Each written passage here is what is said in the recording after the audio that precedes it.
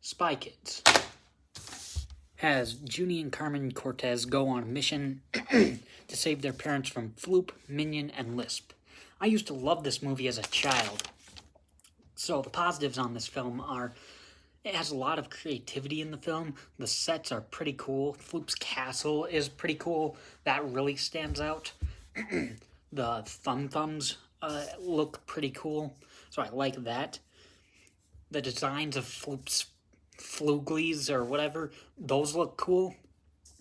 The movie tells a pretty engaging story. It gets the plot going really fast, and it keeps unraveling as the movie progresses.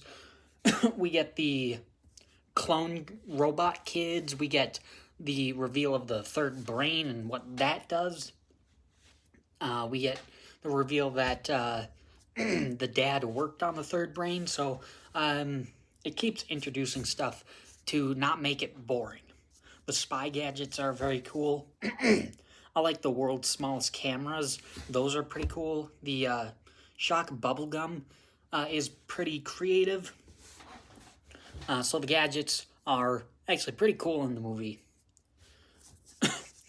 And I kind of like the line when Junie and Carmen are flying the plane, and Junie crashes the wing into a side of a hill, and Carmen just says, "You did that on purpose, you kamikaze." For whatever reason, that's really funny. I don't know. It's just kind of like an adult joke in an otherwise kid-friendly, childish movie, but that joke is probably one of the funniest jokes in the movie, so I actually really enjoy it.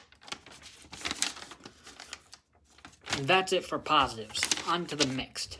And the mixed aspect is, this is very much a movie made for kids. It's very childish, so it's kind of hard to watch when you're an adult.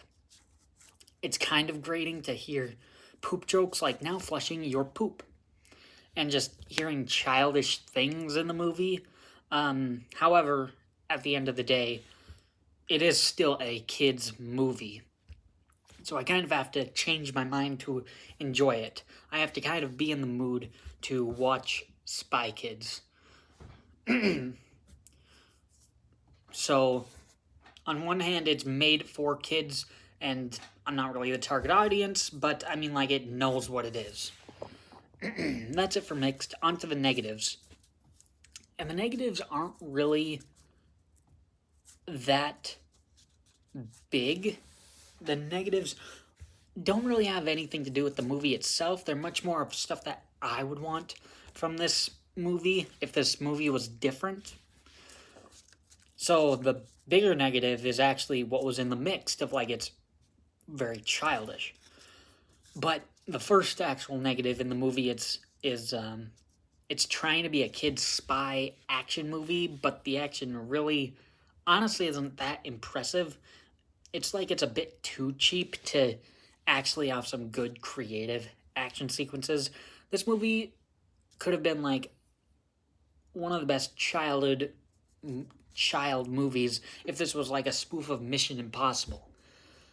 It kind of is, but like it's much more of like the first Mission Impossible, of like where it's very much more story driven, as where it should have been copying like later Mission Impossible movies where it's about the action, and it just really isn't in this movie. And the other negative is, again, personal preference. I kind of wish it was a darker story or had some darker elements, scarier elements. And I just kind of like that in a kid's movie. Like, think of Pirates of the Caribbean, although that is PG-13. One of my favorite moments is the undead crew reveal in the first movie, or take Temple of Doom in the Indiana Jones franchise. Again, the sacrifice, one of the best moments in that franchise. So when I watch a kid's movie, I kind of like some darker elements. This movie just doesn't really have that. But in the end, I can enjoy this if I'm in the mood or if I'm binge watching the franchise, but I honestly wouldn't say it's a good movie. This is a movie you'll like only if you have nostalgia for it, only if you watched it as a kid. Or else if I wouldn't have watched this as a kid, I probably would have been much harsher on it. But since I have seen it as a kid, I can actually enjoy this movie somewhat. So that's my review on Spy Kids. Thanks for watching.